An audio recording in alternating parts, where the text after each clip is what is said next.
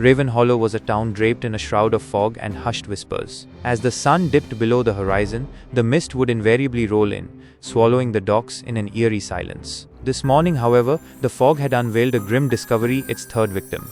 Detective Mira Ellison surveyed the scene on Dock 9. The lifeless body of Ivy Graham, just 17 years old, lay still. Her shoes were missing, her hands neatly folded. A single seashell rested over each of her closed eyes. The chillingly familiar detail mirrored the fate of the previous two victims.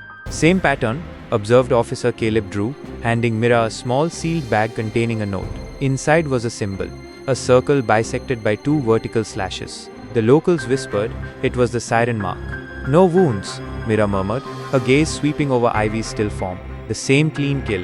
The subsequent autopsy echoed the findings of the earlier cases. No signs of trauma, no trace of drugs, just death.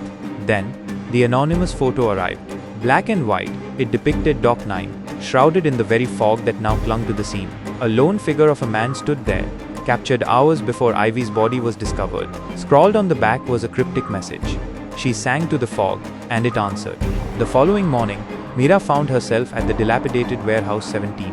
Inside, the siren mark was daubed on a crumbling wall, encircled by crudely painted faces frozen in silent screams. She meticulously photographed the disturbing scene. A sudden creak from behind sent a jolt of adrenaline through her.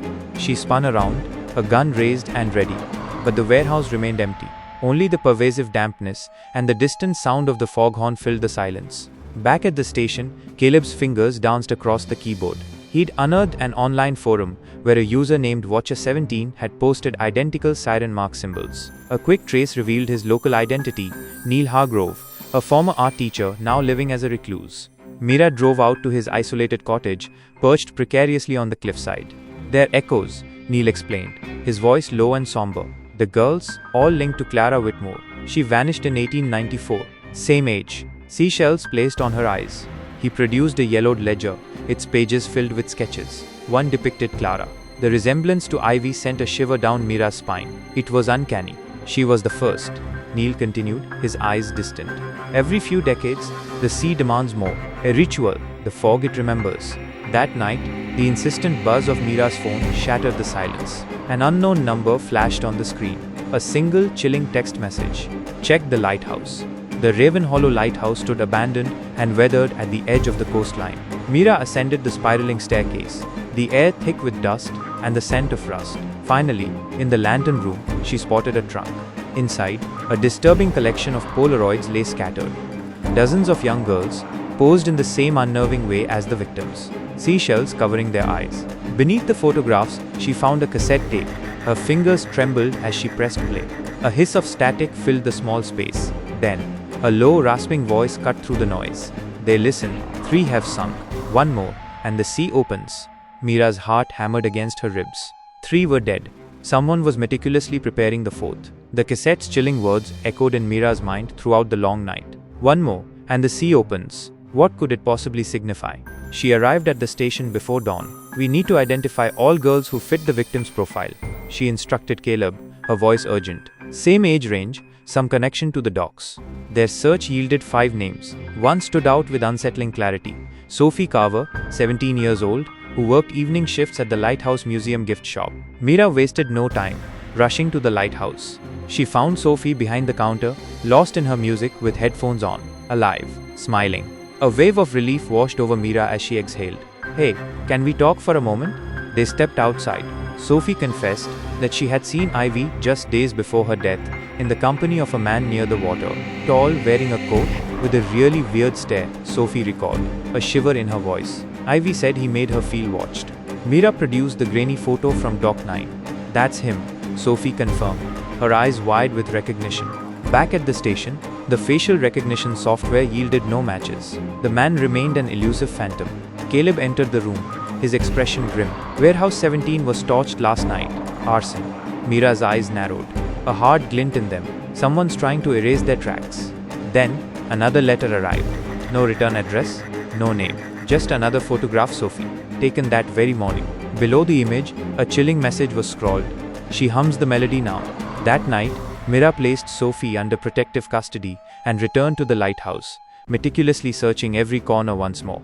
Behind a loose wall panel in the old lantern room, she discovered a collection of aged journals. The dates inside went back to 1894. Clara Whitmore's name was inscribed on the first page. "The sea calls me in dreams," one entry read, the ink faded but legible. "A voice beneath the tide. I hum its tune when the mist thickens." The words sent a jolt through Mira. They eerily mirrored the killer's message. Was someone meticulously recreating Clara's tragic descent? Suddenly, a blood-curdling scream pierced the still night air from outside. Mira bolted down the winding stairs, her heart pounding in her chest. Sophie's guard lay sprawled on the ground, unconscious. Sophie was gone. The path outside was rapidly being swallowed by the encroaching fog. A single, pristine seashell lay on the doorstep. Mira clenched her jaw, her determination hardening. "We're running out of time." Mira issued an immediate town-wide alert. Sophie was missing, her last known location near the old lighthouse. As night descended, the fog intensified, blanketing every street in a thick, silent shroud. "We found her phone," Caleb reported, his voice tight with concern. "It was left on the cliffside path, still playing music." Mira took the phone and listened. A haunting, slow humming tune played on an endless loop.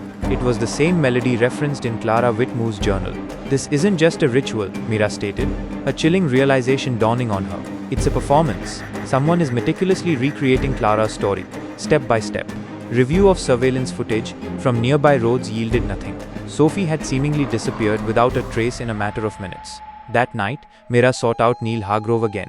He appeared visibly shaken, his eyes filled with a disturbing knowledge. "She's the final voice," he muttered, his gaze fixed on some unseen point. Clara sank to the sea. "When four sing together, the gate opens." "What gate?" Mira pressed. He gestured vaguely towards the vast expanse of the ocean, the place from which they never return.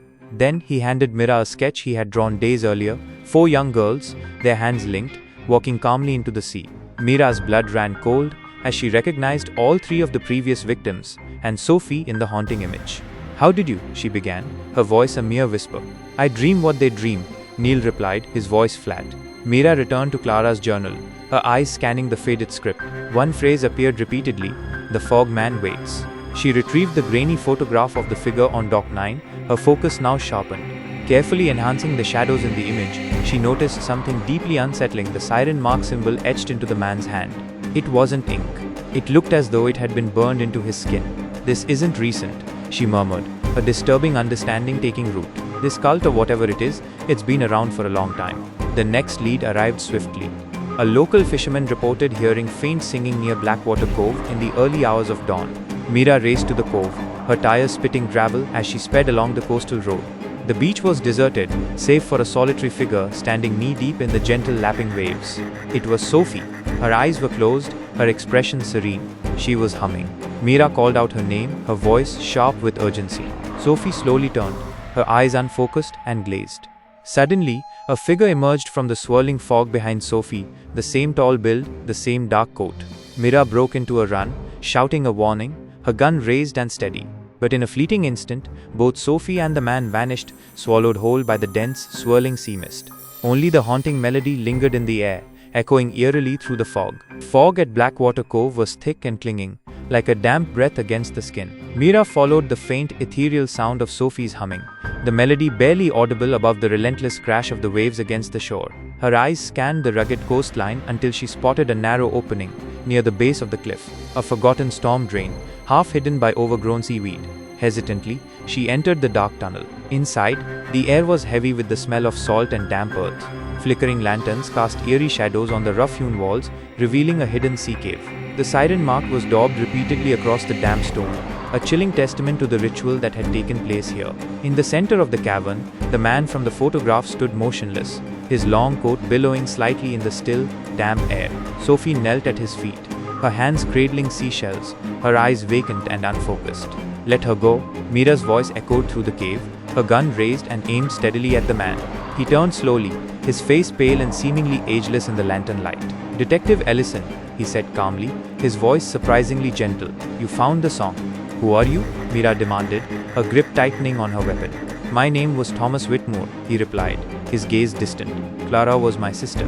You died in 1894. He lifted his left hand, the skin marred by a grotesque burned symbol. "No, the sea claimed me, then gave me back. But I must repay it 4 voices. Every generation. You're sacrificing these girls to live. They're chosen by the melody," he countered, his tone almost wistful.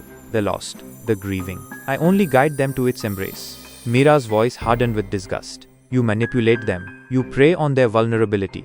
Without hesitation, she fired a shot that whizzed past his head, the sound echoing sharply in the confined space. Then, she lunged forward. The man reacted with surprising speed and inhuman strength, grappling with her. Mira swung her heavy flashlight, smashing it against his scarred hand. A hiss of vaporous fog erupted from the wound, as if the very air within him was escaping. Suddenly, the water in the cave began to surge, rising rapidly. A deep, resonant hum emanated from the sea beyond the cave entrance, a sound that seemed to be Clara's haunting lullaby reborn with a terrifying power. You stopped the ritual, Thomas gasped, stumbling backward towards the churning waves. Without the fourth voice, I drowned, then let the sea take you, Mira said, her voice cold and resolute. A massive wave crashed through the mouth of the cave, engulfing Thomas and sweeping him into the raging tide. When the water receded, only his long, dark coat remained, floating on the surface like a piece of dark seaweed. Sophie survived. In the aftermath, the horrifying truth of her connection to Thomas Whitmore emerged. She had met him online, while still deeply grieving the loss of her father. He had soothed her pain with a haunting melody that infiltrated her dreams, offering a twisted form of solace. The other victims shared similar stories, each drawn to the song's mournful beauty, each carrying their own burden of loss and grief.